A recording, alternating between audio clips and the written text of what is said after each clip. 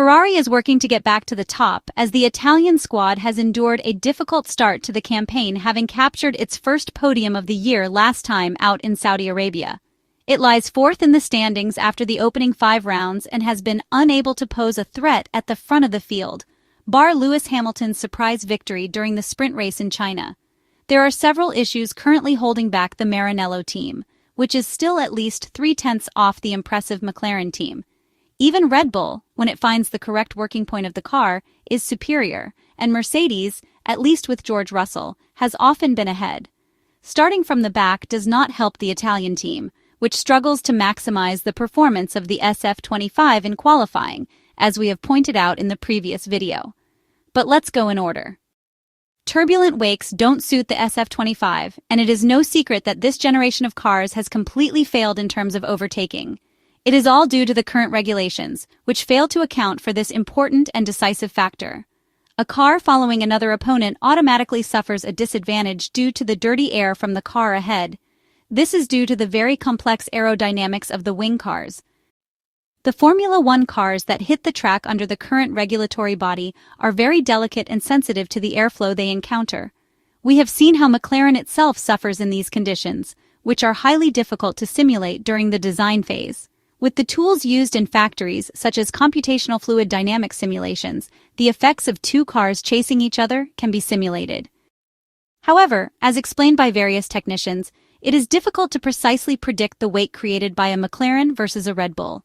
The same goes for the other teams.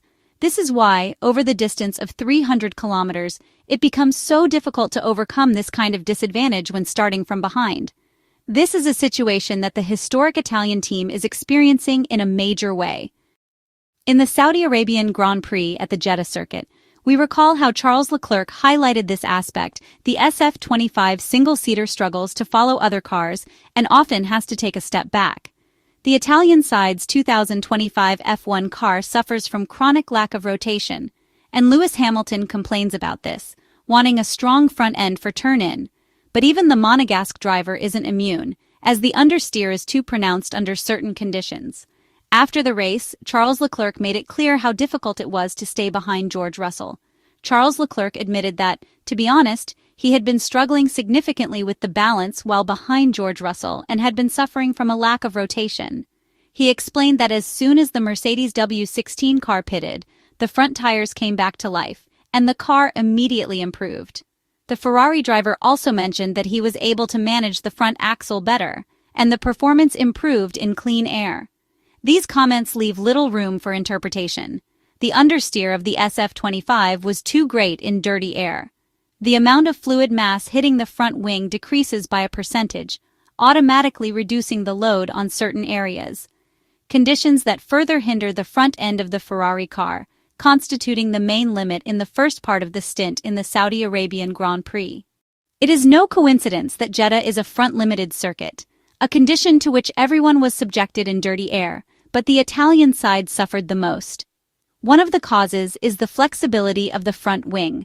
The turbulence causes oscillations that interfere with this component, subject to less consistent loading. This unexpected fluctuation in certain areas, such as the fast corners, takes away the driver's feel.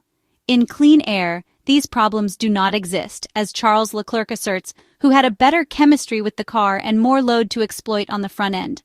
We are not talking about a problem related to tire temperature, which can increase when following another car. The issue is purely aerodynamic, where a car that is inherently understeering is more affected by these factors. In order to avoid this scenario, improvement in terms of qualifying performance is necessary.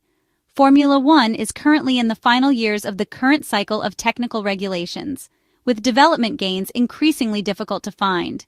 It has made the field spread dramatically close and created headaches when it comes to navigating qualifying. We have discussed this earlier, and in this case, tire temperatures are definitely a factor. The Italian team struggles to manage the 2 different temperature types, where the surface temperature and internal temperature are essentially at odds. This is a problem that the Ferrari engineers and technicians are working to address with the aerodynamic update package, which is scheduled to be introduced in the Emilia-Romagna Grand Prix weekend at the Imola circuit in Italy. But before focusing on the expected improvement that should be seen with the upcoming aerodynamic updates, Ferrari's attention must shift to the short term, namely the next round of the 2025 Formula One Championship, the Miami Grand Prix, which is set to take place at the Miami International Autodrome in Florida, USA, next Sunday. It is also worth pointing out that the Miami weekend will feature the second sprint weekend of the 2025 Formula One season. The single practice session, which is scheduled for Friday morning, will not allow for any technical updates on track, but there is an interesting question that the sprint race on Saturday is set to answer. In addition to the podium achieved at the last Saudi Arabian Grand Prix, Ferrari's only other highlight this year came at the Shanghai International Circuit, host of the second round of the 2025 championship. In the 19 laps of the Chinese sprint race, Lewis Hamilton was able to claim his first, and so far only, mini-victory at the wheel of a Ferrari, finishing with over 6 seconds ahead of the McLaren MCL 39 of Oscar Piastri. 2 months ago, it seemed like the first breakthrough for the SF25 project. No one could have imagined that from that moment on, both the Maranello team and Lewis Hamilton would enter a very difficult period.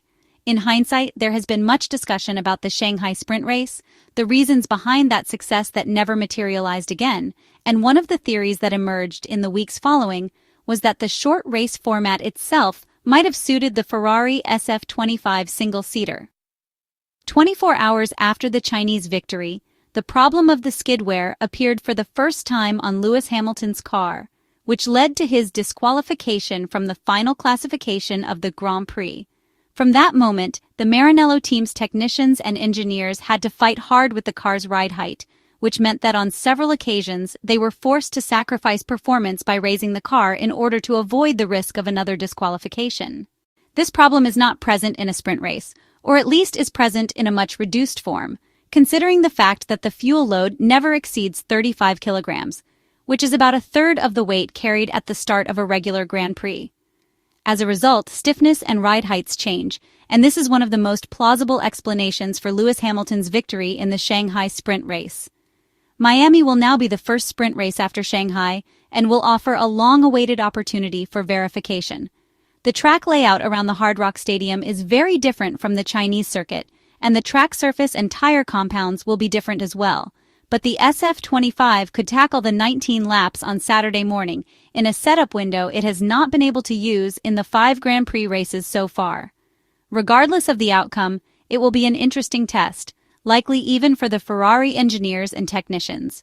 Then, as hoped by all Ferrari fans, the hope is that from the Imola Grand Prix, where technical updates are expected on both cars, the setup window will be able to open up completely, even during the traditional race distance with a full fuel load, which should allow Charles Leclerc and Lewis Hamilton to challenge McLaren and fight for much more ambitious targets.